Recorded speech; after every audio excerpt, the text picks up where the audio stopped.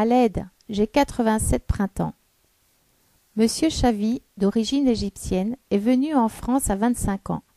Maintenant, il a 87 ans. Il habite tout seul dans son appartement car il est veuf depuis longtemps. Ses 2 fils habitent à l'autre bout de la France. Il ne les voit pas souvent, sa vie n'est pas facile. Le matin, quand il se lève, il va dans la cuisine. Il se fait un bon café, il écoute la radio, car il aime bien connaître les nouvelles du monde. La radio lui permet de mieux supporter la solitude. Après le petit déjeuner, il prend un livre et se met dans son fauteuil. Mais voilà, il voit mal et il s'endort souvent, comme la matinée est longue.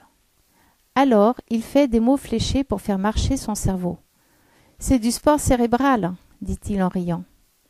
L'après-midi, il sort. Selon le médecin, il est important de marcher chaque jour. Il en profite pour faire ses courses pour le déjeuner du lendemain. Appuyé sur sa canne, il marche lentement pour aller jusqu'à la boulangerie. Il achète peu de choses à la fois, car il ne peut pas porter de sac trop lourd.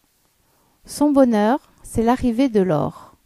Laure est son aide ménagère. Elle vient 3 fois par semaine depuis plusieurs années pour passer l'aspirateur dans tout l'appartement. Elle s'occupe aussi de son linge, fait du repassage, prépare ses repas. Elle a de l'affection pour lui. Elle a un peu l'impression que c'est son grand-père. Elle lui apporte son sourire, sa jeunesse, sa conversation.